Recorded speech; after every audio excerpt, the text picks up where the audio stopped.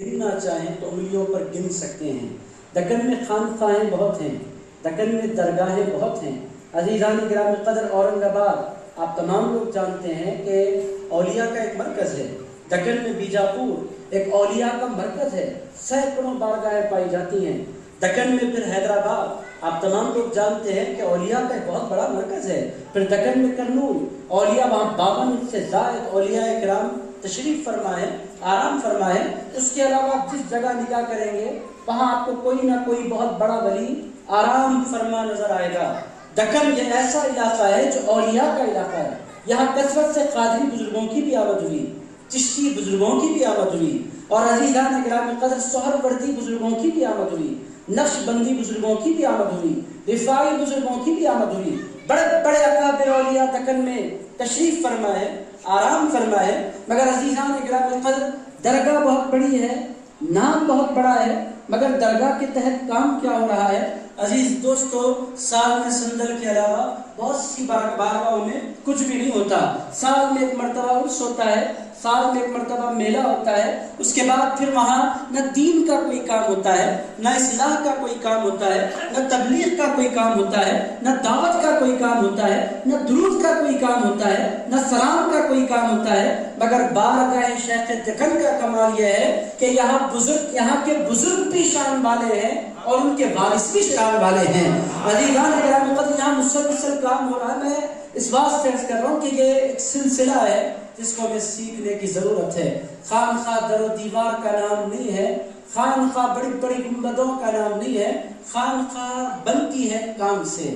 اور عزیزان گرامی قدر، یہاں کام ہو رہا ہے، مسلسل ہو رہا ہے۔ حضرت سراج بابا مدد اللہ العالی یہ نہیں رکنے والی شخصیت ہے۔ ابھی میں نے حضرت کے کان میں کہا میں 5 مئی کو بغداد شریف جا رہا ہوں۔ حضرت نے فرمایا آپ کو مبارک، میں 29 کو، آپ 5 مئی کی بات کر رہے ہیں، میں 29 اپریل کو دبئی جا رہا ہوں۔ میں نے کہا آپ کو کون روک سکتا ہے؟ آپ چلتے چلے جاتے ہیں، آپ کو کوئی روک نہیں سکتا۔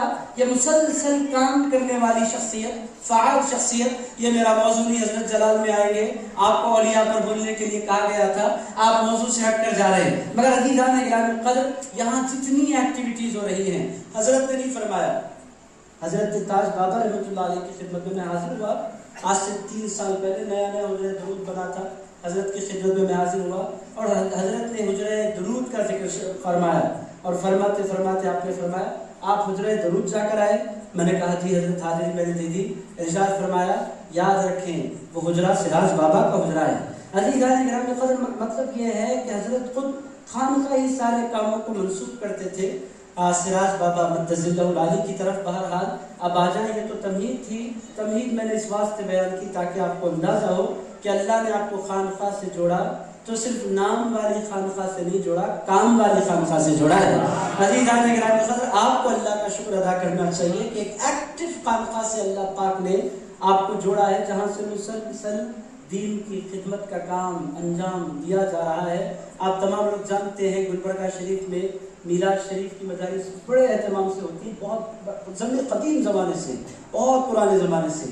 اسی طرح گلبرگہ شریف میں محافل ہوتی ہیں امام حسین کی، بہت بارگاہ بندہ نواز کے زیر اہتمام بہت زمانے سے ہو رہی ہے، اور بہت بڑے سلیقے کے ساتھ وہ محافل ہوا کرتی ہیں گلبرگہ کی مختلف مسجدوں میں۔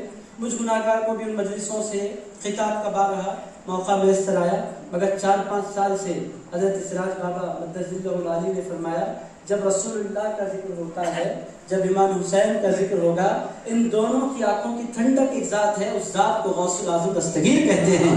آپ نے فرمایا جب نانا کا ذکر ہو رہا ہے تو نواسے کا بھی ذکر ہونا چاہیے۔ تو عزیزان گرامی قدر، پھر 11 جلسے حضرت پیران پیر غوث الاعظم دستگیر کے ہوتے ہیں۔ اب میں زیادہ نہیں بولتا چونکہ کسی انڈرسٹینڈنگ کے ساتھ میں نہیں کھڑا، اللہ گواہ ہے جو دل میں آ رہا ہے بول رہا ہوں۔ یہاں ایسا نہیں سمجھے کہ حضرت سراج بابا نے مجھ سے کہا ہے، یہ دل کی باتیں ہیں جو میں نے آپ سے شیئر کی۔ آج آئیے عنوان پر آتے ہیں۔ آج کا جلسہ